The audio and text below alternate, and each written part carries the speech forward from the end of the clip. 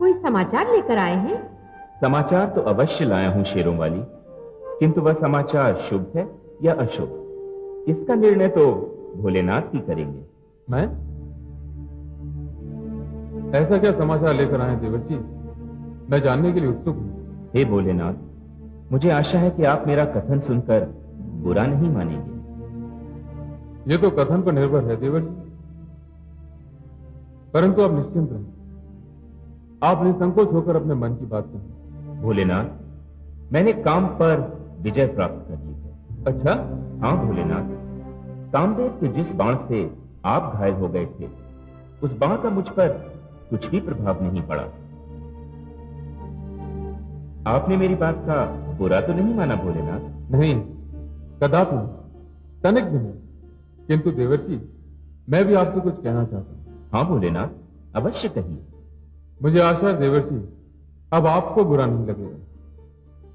मैं बुरा नहीं मानूंगा भोलेनाथ, कहिए।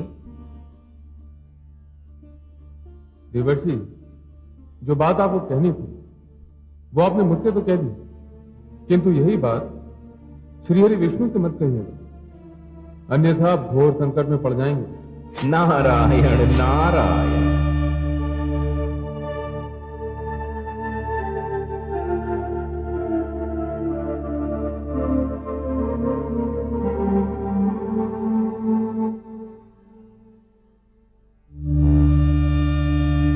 नारायण नारायण।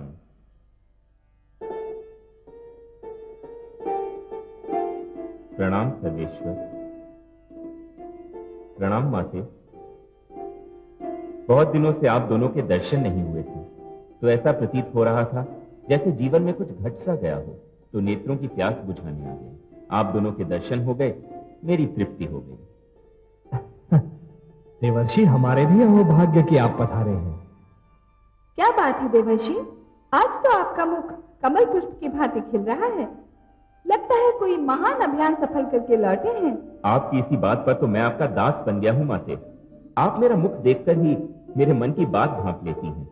धन्य हो माते, आप धन्य हैं, आप महान हैं, जय हो आपकी। अरे देवर्षि, मैं भी तो आपसे स्नेह करता हूं, मुझे भी तो अधिकार है कि आपकी प्रसन्नता का कारण जानूं। हे जगदीश्वर, आपसे क्या छिपा है? आप ब्रह्मांड के सारे रहस्यों के ज्ञाता हैं, आप सब कुछ जानते हैं, फिर भी आप मेरे मुख से सुनना चाहते हैं कि बात क्या है? यही समझ लीजिए देवर्षि, पर बताइए तो सही। और ये भी बताइए कि आज आप कहां से चले आ रहे हैं? मैं कैलाश से आ रहा हूं। शिव शंकर और पार्वती के दर्शन के लिए? हाँ, उनके दर्शन करने को भी, और उनसे वह बात कहने भी जो मैं आपको बताने आया हूं। अब आप बताइए भी, हमारी व्याकुलता और न बढ़ाइए। माते, सर्वेश्वर, मैंने उसे जीत लिया जिसे शिव शंभु भी न जीत पाए। किसे जीत लिया आपने? माते, मैंने कामदेव को जीत लिया। आया था मेरी तपस्या को भंग करने, बड़े बाण चलाए उसने। मैंने भी आंखें खोलकर उसे ऐसी फटकार सुनाई कि अपने बाण संभालकर भागते ही बना। माते, मैंने ये बात शिव शंकर को सुनाई तो उनका मुख उतर गया। माते, काम को जीत पाना कोई सरल कार्य नहीं है। आपने सत्य कहा, मैं अभियान जीत कर आया हूं, अब मुझे किसी का भय नहीं। कामदेव कभी मेरे पास आने का दोबारा साहस नहीं करेगा। अच्छा माते, अच्छा सर्वेश्वर, अब मैं चलता हूं, मुझे अपना तप पूर्ण करना है। प्रणाम सर्वेश्वर। प्रणाम माते। नारायण नारायण। कितनी दुख की बात है कमल नयन, देवर्षि के स्वर से अभिमान टपक रहा था। हाँ महादेवी, देवर्षि के इस व्यवहार ने मुझे भी चिंतित कर दिया है, किंतु मैं देवर्षि को अभिमान के हाथों नष्ट नहीं होने दूंगा।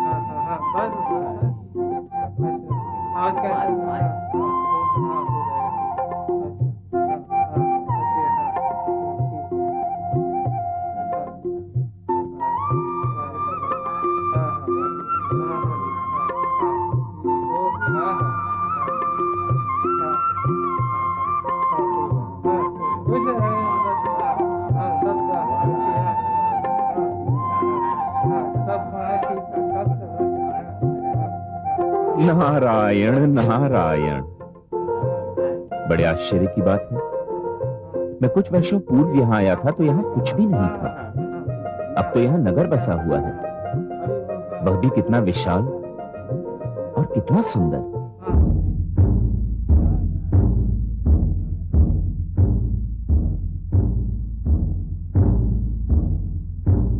सुनिए सुनिए सुनिए, समस्त प्रजा को सूचित किया जाता है कि आज महाराज शील निधि नगर में यात्रा के लिए निकल रहे हैं।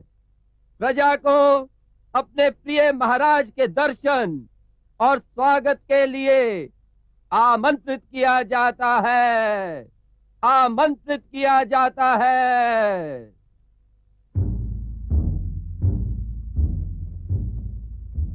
महाराज की जय, महाराज की जय, महाराज की जय, महाराज की जय, महाराज की जय, महाराज की जय, महाराज की जय, महाराज की जय, महाराज की जय, महाराज की जय, महाराज की जय, महाराज की जय।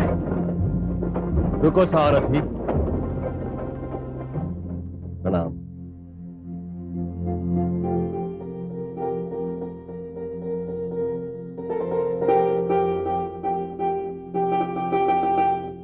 प्रणाम देवर्षि। आयुष्मान। आज का दिन कितना शुभ है। मुझे संसार के महानतम मार्गदर्शक देवर्षि नारद के दर्शन हुए। आपका मार्गदर्शन मिल जाए तो मैं धन्य हो जाऊं। ये तो आपकी महानता है राजन, किंतु इस समय तो मुझे आपके मार्गदर्शन की आवश्यकता है। मैं और आपका मार्गदर्शन करूं?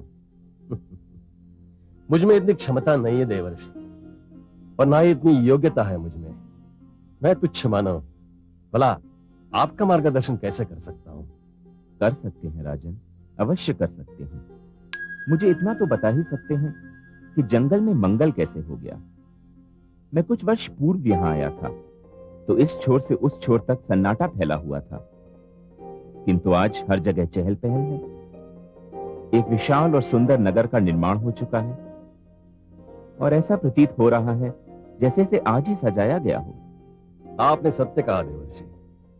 इस शीलनगर का निर्माण कुछ समय पहले ही हुआ है, और यह भी सत्य है कि आज इसे नए सिरे से सजाया गया है, क्योंकि शीलनगर की राजकुमारी अर्थात मेरी पुत्री विश्व मोहिनी के स्वयंवर की घोषणा कर दी गई है। बधाई हो राजन। ईश्वर करे आपकी पुत्री को ऐसा वर मिले कि सारा संसार आश्चर्यचकित रह जाए। ऐसे नहीं देवर्षि, ये आशीर्वाद आपको राजभवन चलकर स्वयं मेरी पुत्री को देना होगा। मुझ सन्यासी को आप कहां राजभवन लेकर जाएंगे? आशीर्वाद दूर से दिया जाए या पास से, क्या अंतर पड़ता है राजन? अंतर पड़ता है देवर्षि। आपका आशीर्वाद तो वरदान है ही, किंतु आपके दर्शन की बात ही कुछ और है। आपको देखकर मेरी पुत्री धन्य हो जाएगी। मेरा आग्रह है आप राजभवन चलें। नारायण नारायण। अब आप इतना विवश कर रहे हैं राजन, तो चलना पड़ेगा ही। महाराज शील निधि की जय, महाराज शील निधि की जय, महाराज शील निधि की जय, महाराज शील निधि की जय, महाराज शील निधि की जय, महाराज शील निधि की जय। चलो सारथी।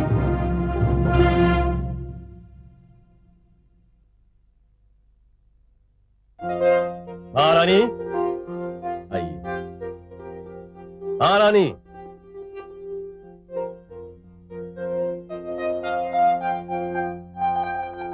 महारानी, महारानी। देवर्षि,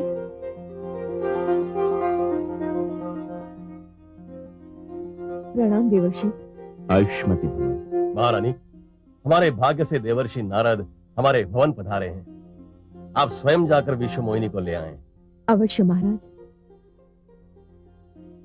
देवर्षि, विश्व मोहिनी मेरी अकेली संतान है। मैंने अपना सारा प्रेम उसी पर लुटा दिया है।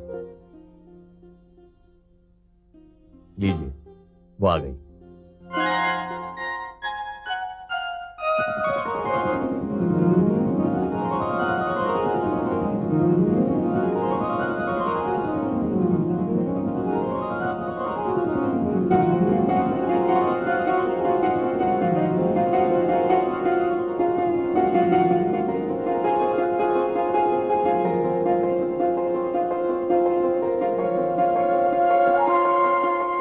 प्रणाम देवर्षि।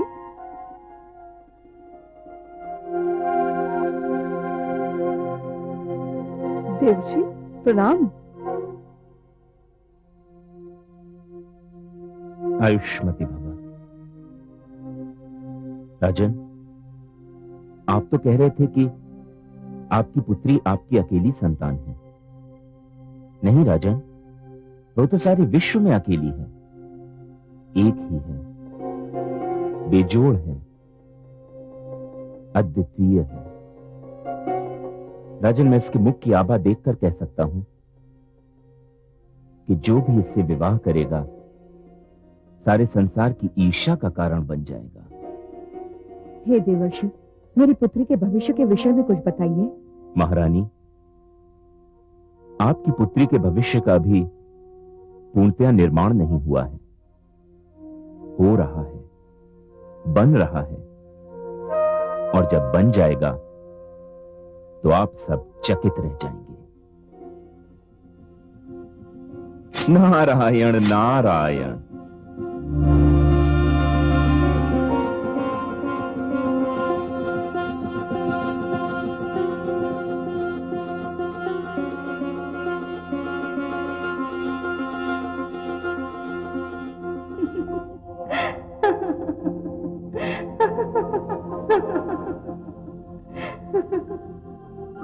क्या हुआ महादेवी? ऐसा क्या देख लिया आपने जो आप अपनी हंसी को रोक नहीं पा रही हैं? अपने देवर्षि को देखकर हंसी आ रही है। क्यों? क्या हुआ? बड़े ऊंचे स्वर में बोलकर गए थे कि उन्होंने काम पर विजय पा ली है। कामदेव के जिस बाण ने भोलेनाथ को घायल कर दिया था, उसका उन पर कोई प्रभाव नहीं हुआ। पर विश्व मोहिनी के नेत्रों के पहले ही बाण से हमारे देवर्षि धराशायी हो गए। सारे बड़े बड़े बोल धरे के धरे रह गए। महादेवी, अभी तो खेल आरंभ हुआ है, आगे आगे देखिए क्या घटित होता है। परंतु हे कमल नयन, एक रहस्य मेरी समझ में नहीं आया। विश्व मोहिनी तो वही वेदवती है ना, जिस पर दुष्ट रावण की कुदृष्टि पड़ी थी और उसने उसका सतीत्व भंग करना चाहा था। ये कैसा रहस्य है? महादेवी, मैं आपको उस दिन का संपूर्ण वृत्तांत बताता हूं। रावण जो करना चाह रहा था वो कर नहीं सका, क्योंकि मैंने उसके अपवित्र निश्चय को विफल कर दिया था। महादेवी, वेदवती ने मुझे पुकारा था और मैंने स्वयं अग्निदेव को भेजकर उसकी सहायता की थी। नहीं! छोड़!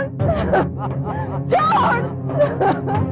हे नारायण, इस दुष्ट से मेरी रक्षा करो, मेरे अस्तित्व की रक्षा करो नारायण। मैं सम्मान खोकर जीवित नहीं रहना चाहती। इससे तो अच्छा है मैं अभी यही भस्म हो जाऊं।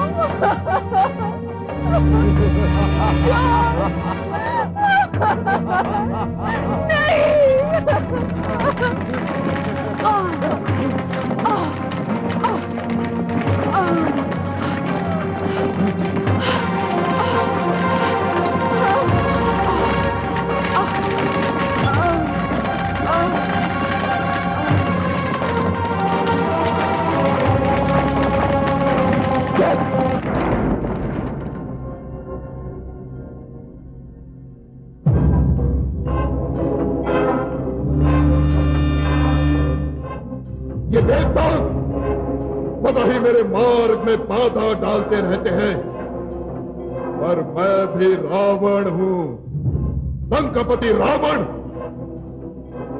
जब तक मैं देवताओं पर विजय नहीं प्राप्त कर लूंगा, शांति से नहीं बैठूंगा, शांति से नहीं बैठूंगा मैं।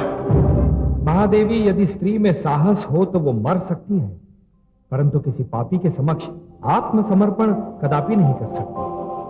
वेदवती ने भी यही किया। विश्व मोहिनी वेदवती का दूसरा जन्म है महादेवी।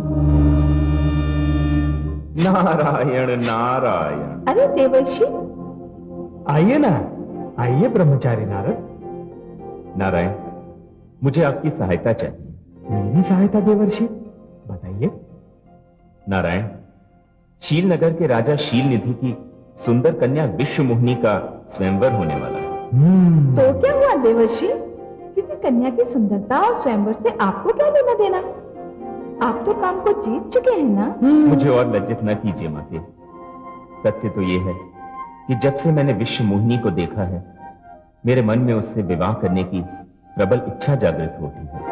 देवर्षि, विवाह की इच्छा तो प्रकृति की सुंदर देन है, परंतु आप इतने व्याकुल क्यों हैं देवर्षि? आप ही ने तो कहा भी कि विश्व मोहिनी का स्वयंवर होने वाला है। हाँ नीलकांत, तो फिर जाइए, स्वयंवर में भाग लीजिए। भला कौन है जो आपके आगे ठहर सके देवर्षि? और आपके होते हुए विश्व मोहिनी किसी और के गले में वरमाला डाले, ये कभी हो सकता है? यही तो भय है जगदीश्वर। विश्व मोहिनी के स्वयंवर में एक से बढ़कर एक सजीले नवयुवक और राजकुमार आएंगे, जिनकी वेशभूषा और सजधज निराली होगी। हे नारायण, उन राजकुमारों और नवयुवकों के सामने मैं सीधा साधा रूखा फीका सन्यासी कहां टिक पाऊंगा? अपने इन वस्त्रों और इस रूखे फीके रूप को देखकर तो मैं तो विश्व मोहिनी की दृष्टि में ही नहीं आ पाऊंगा। समस्या है देवर्षि, समस्या है, बड़ी विकट समस्या है। तो क्या आप चाहते क्या है देवर्षि? हे सर्वेश्वर, मैं चाहता हूं कि मेरा कल्याण हो जाए। मेरे इस रूप को आप इतना अद्भुत बना दीजिए कि जो भी मुझे देखे बस देखता ही रह जाए। आप चिंता न करें देवर्षि, आपकी मनोकामना अवश्य पूर्ण होगी। मैं वही करूंगा जिसमें आपका कल्याण हो। कल्याणमस्तु। मुझे आज्ञा दें प्रभु। नारायण नारायण। कमल नयन, अब आप क्या करेंगे? वही करूंगा जो देवर्षि चाहते हैं। उन्हें जो भी देखेगा बस देखता ही रह जाएगा।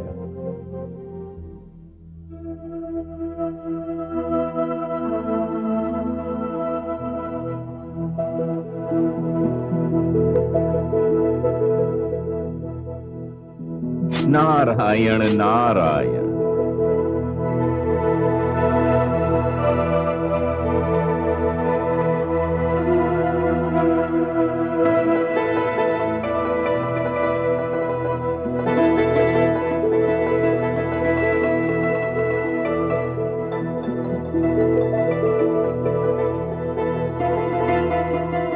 हे नारायण, आपकी जय हो। आपने मेरा कल्याण कर दिया, मुझे ऐसा रूप दे दिया कि मैं सबसे अलग, सबसे श्रेष्ठ दिखाई दूंगा। कोई मेरे मुख से दृष्टि हटा ही नहीं सकेगा। नारायण नारायण।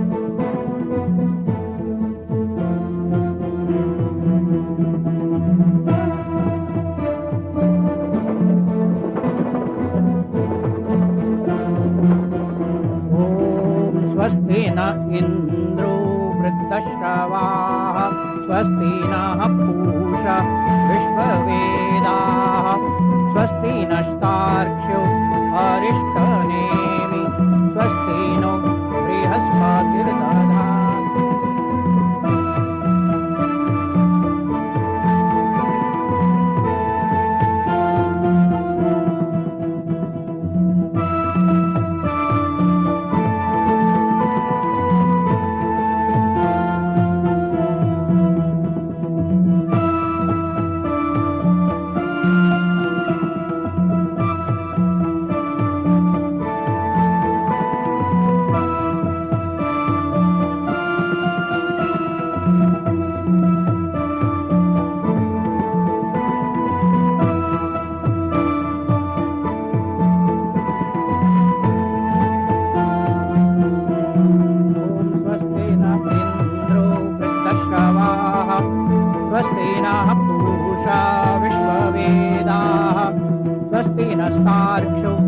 अरिष्टनेमि स्वस्ति नो बृहस्पतिर्ददातु।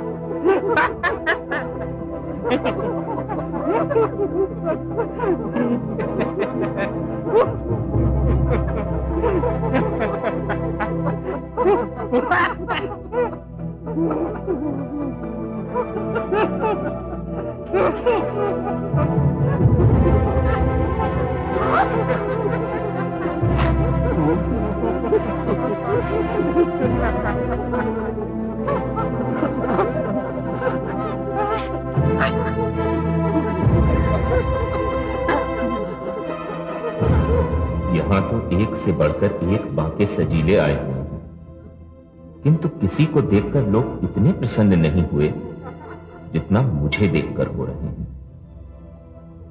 अवश्य ही मेरे नारायण ने मेरा कल्याण कर दिया है।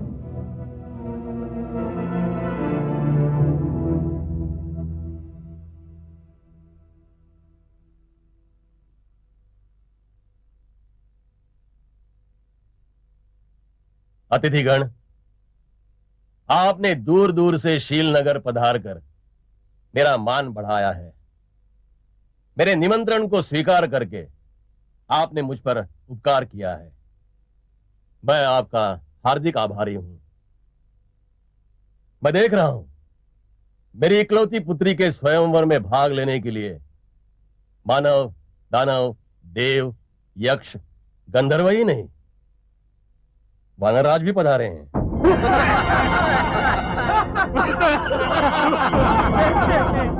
मेरी पुत्री के सौभाग्य की जितनी भी सराहना की जाए कम है। मैं अपनी पुत्री विश्वमोहिनी को अनुमति दे रहा हूं कि वह जिसे भी चाहे अपना पति स्वीकार कर ले। मैं निसंकोच उसे अपना जामाता मान लूंगा। विश्वमोहिनी, आयुष्मती भव।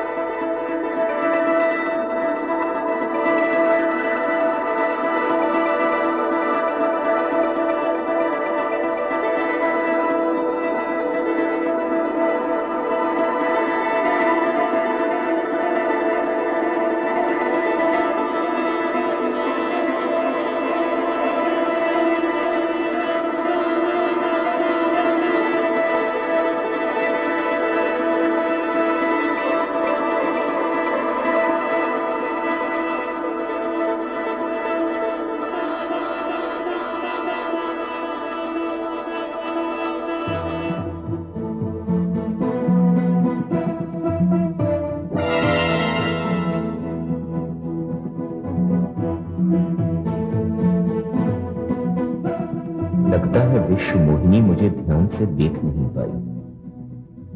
नहीं, लगता है मैं स्वयं को ठीक से दिखा नहीं पाया।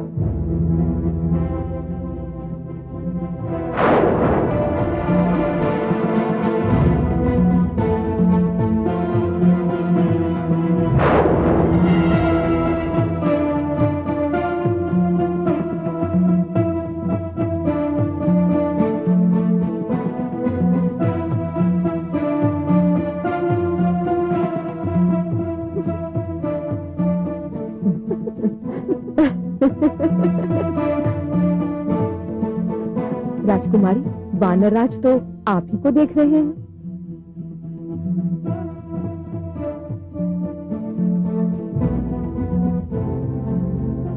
इस बार लगता है सखियों ने बातों में उलझा लिया। कोई बात नहीं, मैं भी साहस नहीं छोड़ूंगा। एक बार फिर प्रयास करता हूं।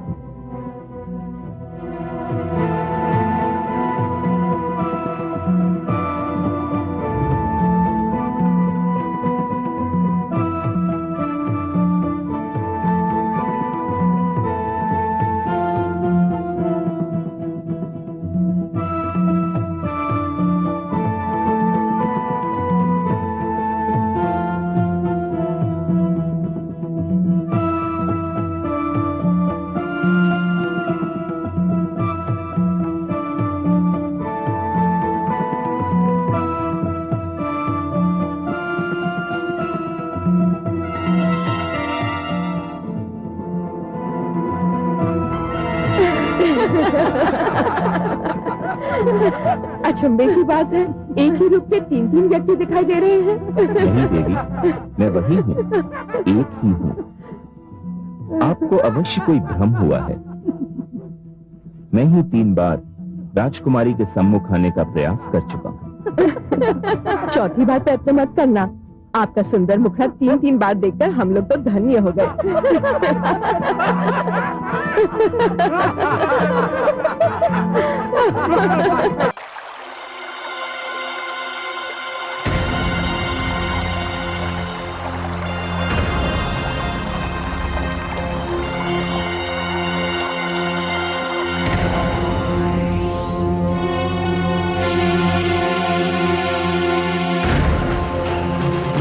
हे नारायण, ये आपने क्या किया? क्यों किया? चौथी बार प्रयत्न मत करना। आपका सुंदर मुखड़ा 3-3 बार देखकर हम लोग तो धन्य हो गए। मैं देख रहा हूं, मेरी इकलौती पुत्री के स्वयंवर में भाग लेने के लिए मानव, दानव, देव, यक्ष, गंधर्व ही नहीं, वानराज भी पधारे हैं।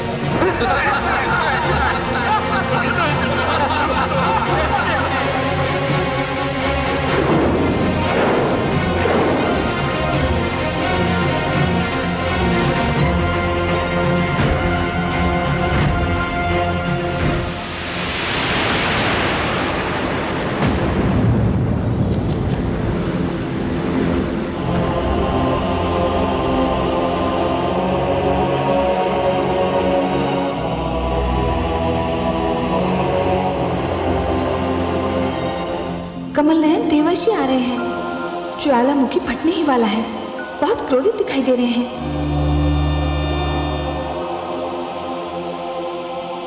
ये आपने अच्छा नहीं किया लक्ष्मी नारायण। मेरी जग हंसाई करवाकर आपने अच्छा नहीं किया। मैं आपको श्राप दे रहा हूं कि आप मानव योनि में जन्म लेंगे, अपनी प्रियतमा जीवन संगिनी के वियोग को झेलेंगे और मुझे जो रूप देकर आपने मेरी जग हंसाई करवाई है, उसी रूप को रखने वाले लोगों से आपको सहयोग और सहायता की भीख मांगनी होगी।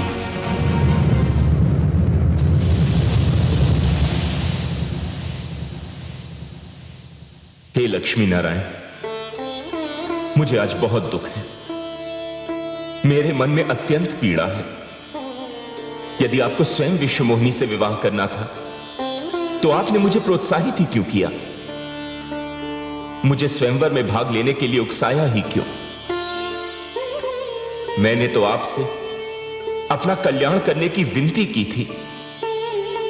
आपने मुझे उपहास का पात्र बना दिया।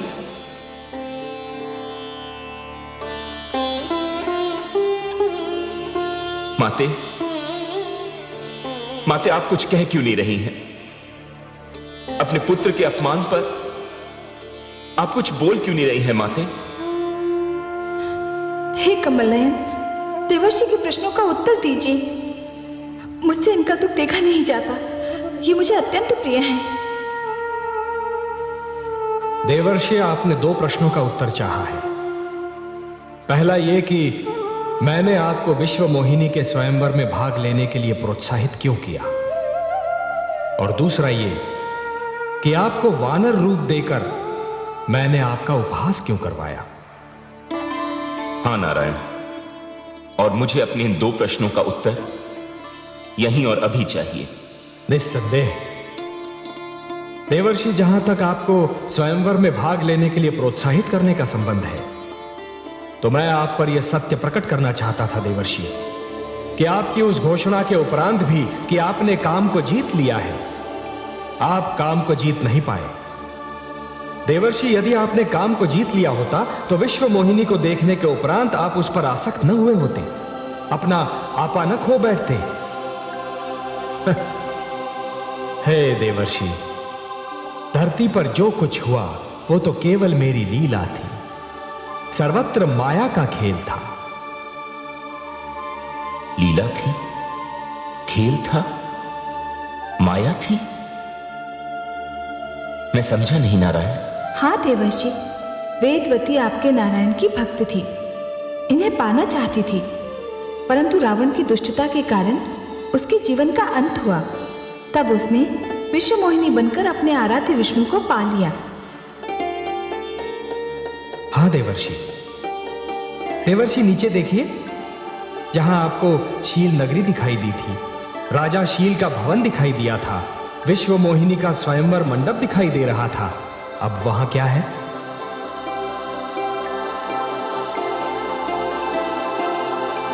किंतु हे लक्ष्मी नारायण, मुझे वानर रूप देकर मेरा उपहास करने की क्या आवश्यकता थी? देवर्षि, मैं तो केवल आपको यह बताना चाहता था कि जब किसी व्यक्ति के मन में अहंकार डेरा जमा लेता है तो उसका अच्छा भला रूप भी बिगड़ जाता है। देवर्षि, जब अहंकारी व्यक्ति अहंकार के मद में चूर सिर उठाए और छाती फुलाकर चलने लगता है तो यह भूल जाता है कि उसकी उस चाल और मुद्रा को देखकर बुद्धिमान व्यक्तियों को हंसी आती है। देवर्षि, जिस प्रकार दिए की लौ अपनी ही बाती को धीरे धीरे जलाकर राख करती है, उसी प्रकार ऋषि का अहंकार उसके तेज और तप का नाश करता है।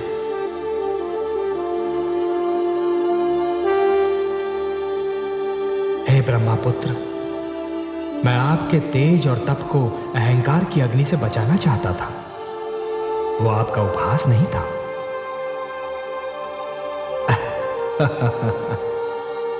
देवर्षि, मैं जानता हूं कि आपके मन से अब अहंकार निकल चुका है। मुझे क्षमा कर दीजिए लक्ष्मी नारायण, मुझे क्षमा कर दीजिए, मुझे क्षमा। देवर्षि,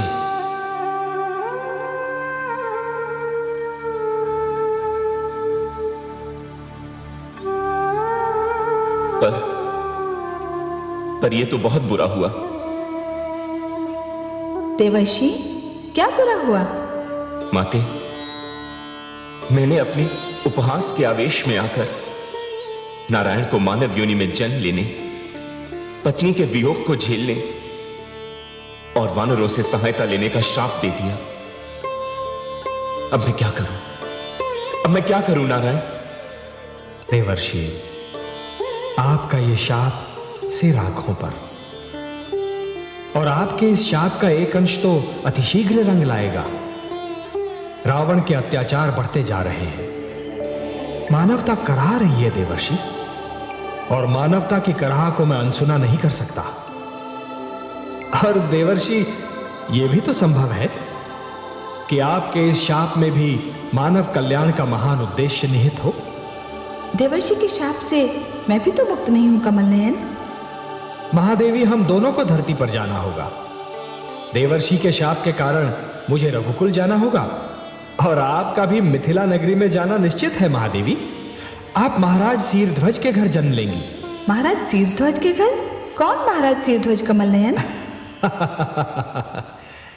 महादेवी, मिथिला के नरेश राजा जनक का वास्तविक नाम है शीरध्वज। उनके वंश के हर राजा को विदेह या जनक कहकर पुकारा जाता है। क्योंकि उनका आदि पुरुष एक मृतक की देह से जन्मा था। मृतक की देह से? ऐसी विचित्र बात कहकर आपने मेरी उत्सुकता बढ़ा दी है। भला मृतक की देह से कोई जीवित कैसे जन्म ले सकता है? महादेवी, अच्छा होगा कि जिस वंश में आप जन्म लेने वाली हैं उसके विषय में सब कुछ जान लें। मैं जानने के लिए उतावली हो रही हूँ कमल नयन। बहुत पहले एक राजा निमि हुआ करते थे जो बहुत ज्ञानी, विद्वान और प्रतापी थे। एक बार उन्होंने राजसूय यज्ञ करने का निर्णय लिया महादेवी, और उन्होंने अपने कुलगुरु ऋषि वशिष्ठ को पौरोहित्य के लिए आमंत्रित किया।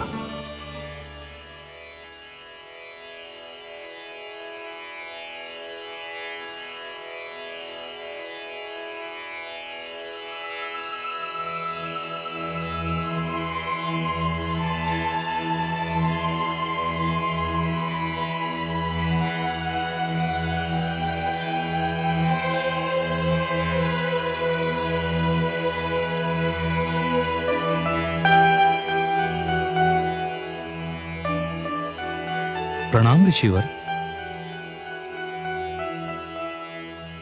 महाराज निमि पधारे हैं, मैं उन्हें भीतर ले आऊं? नहीं, मैं स्वयं उनका स्वागत करूंगा।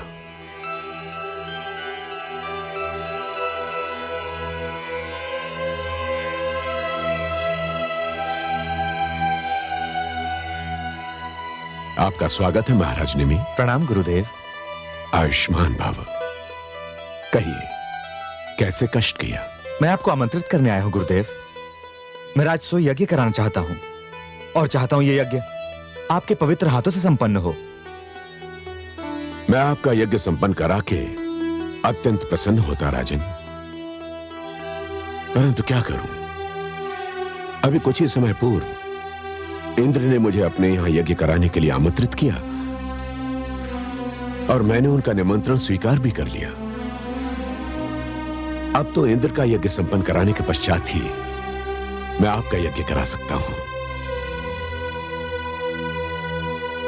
मैं बड़ी आशा लेकर आपके पास आया था।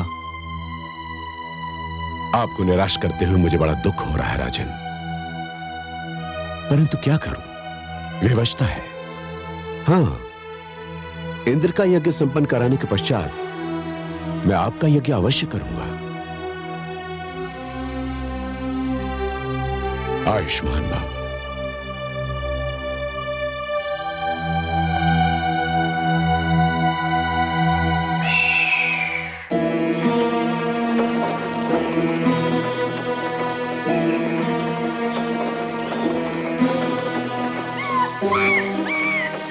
क्या करूं? गुरुदेव को लौटने में न जाने कितना समय लगे। यज्ञ का निश्चय कर चुका हूं। ऋषि गौतम के पास जाकर विनती करता हूं, वे अवश्य मेरा निमंत्रण स्वीकार कर लेंगे। अच्छा होता कि चलते चलते ऋषि वशिष्ठ से कह देता कि मैं ऋषि गौतम से यज्ञ करवा लूंगा।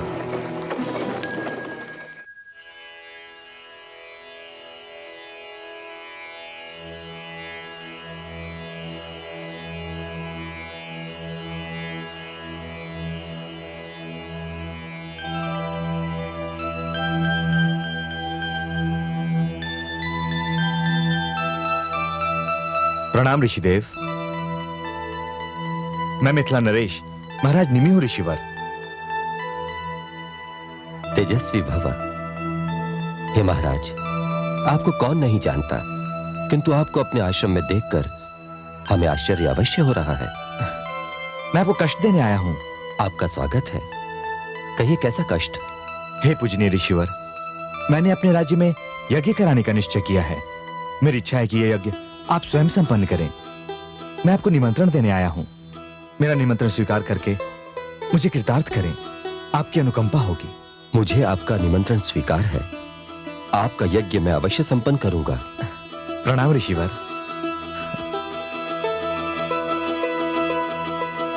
ओम भूर्भुवः स्वः तत्सवितुर्वरेण्यं भर्गो देवस्य धीमहि धियो यो न प्रचोदयात्।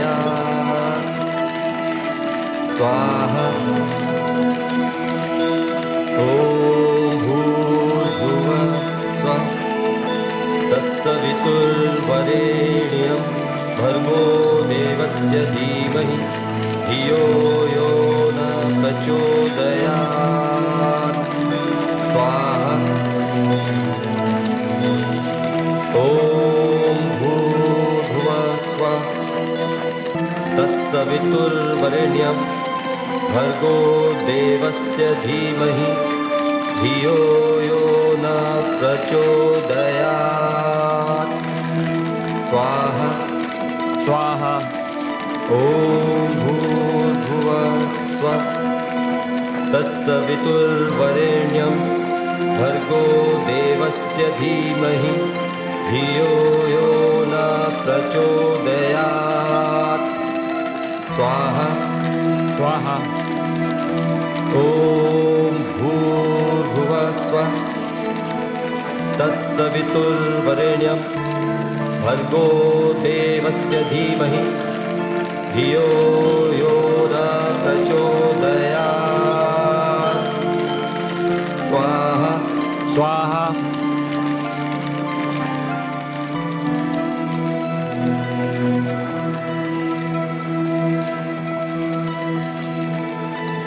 हे राजन, आपका यज्ञ संपन्न हुआ, बधाई हो।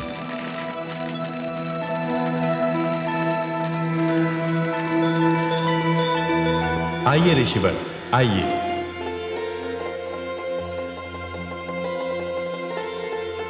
हे ऋषिवर, मेरा यज्ञ संपन्न करवा के मेरा पुरोहित बनकर आपने मुझ पर जो उपकार किया है उसे मैं सदैव स्मरण रखूंगा। इसमें उपकार कैसा देवराज? यज्ञ करना और करवाना तो हमारा धर्म है, कर्तव्य है। आपके निमंत्रण पर यज्ञ करवाकर और उसे संपन्न करवाकर मुझे अत्यंत प्रसन्नता हुई। परंतु पृथ्वी पर महाराज नेमी मेरी प्रतीक्षा कर रहे होंगे। उन्होंने भी मुझे यज्ञ के लिए आमंत्रित किया है। वहां पर भी मुझे यज्ञ संपन्न कराना है। मुझे विदा दें। एक बार पुनः आपका कोटि कोटि धन्यवाद ऋषिवर। यशस्वी भव, कल्याणमस्तु।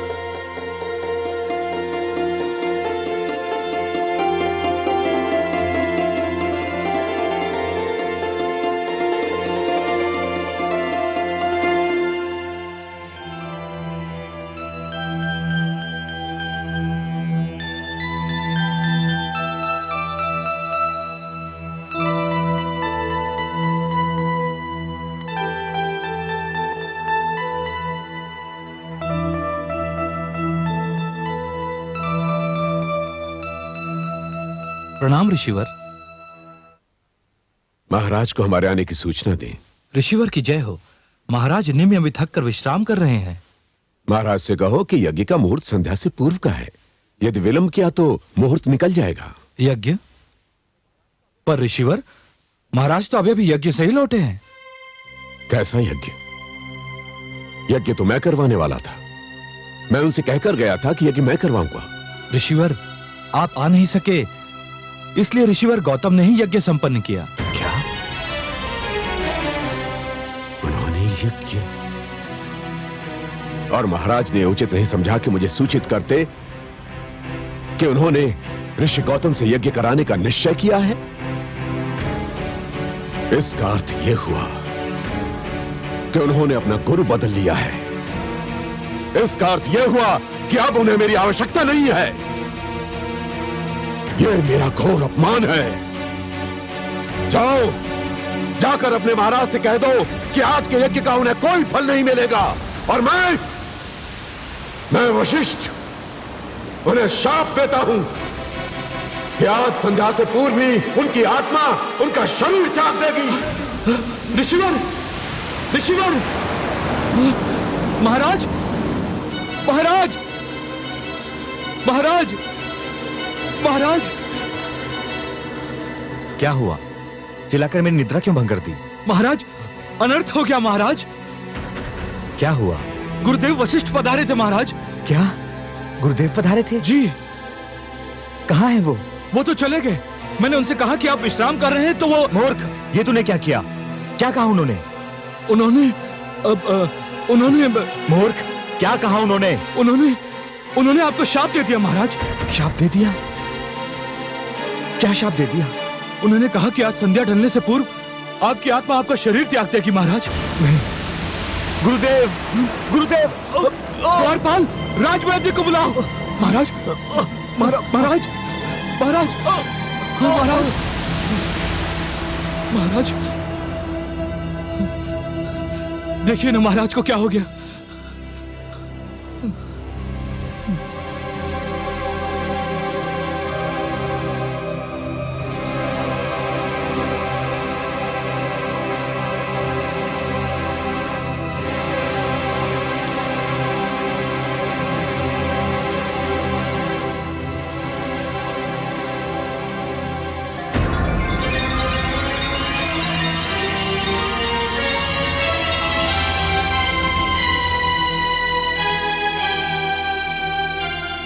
महाराज निमि परलोक सिधार गए।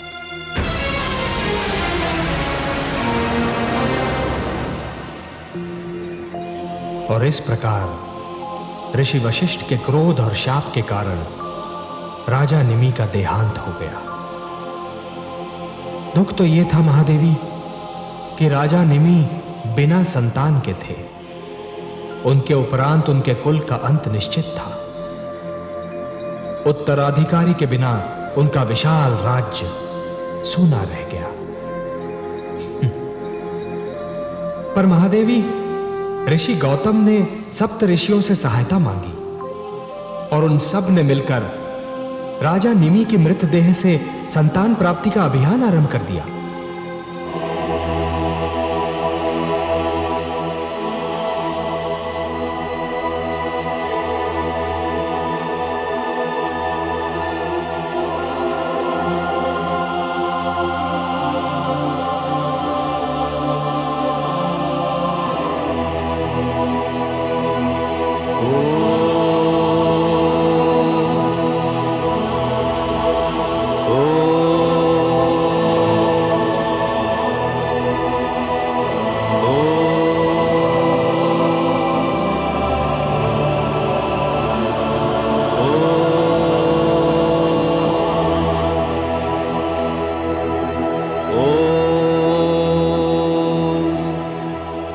प्रस्तुत किया जाए।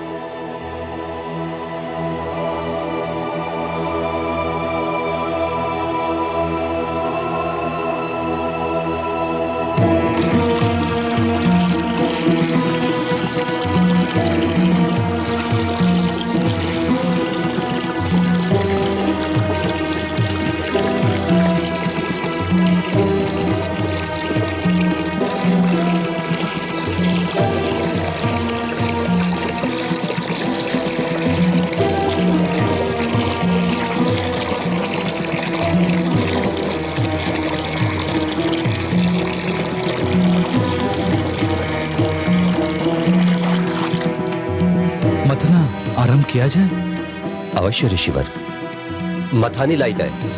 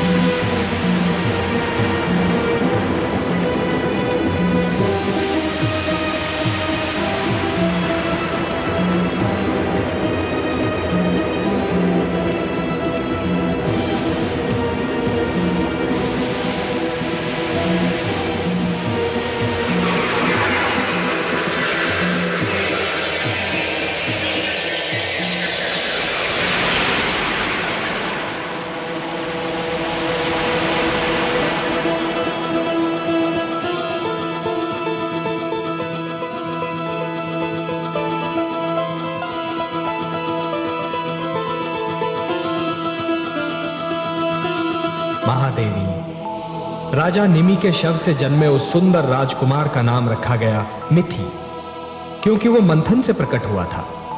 उसी ने मिथिला नगरी बसाई और उसके उपरांत जो भी मिथिला का राजा हुआ उसे विदेह या जनक कहकर पुकारा गया। विदेह इसलिए महादेवी क्योंकि उनका जन्म मृतदेह से हुआ था, और जनक इस कारण क्योंकि वो सारे राजा एक पिता की भांति प्रजा पालन करते थे। वर्तमान मिथिला के जनक अर्थात सीरध्वज मिथि की 37वीं पीढ़ी है।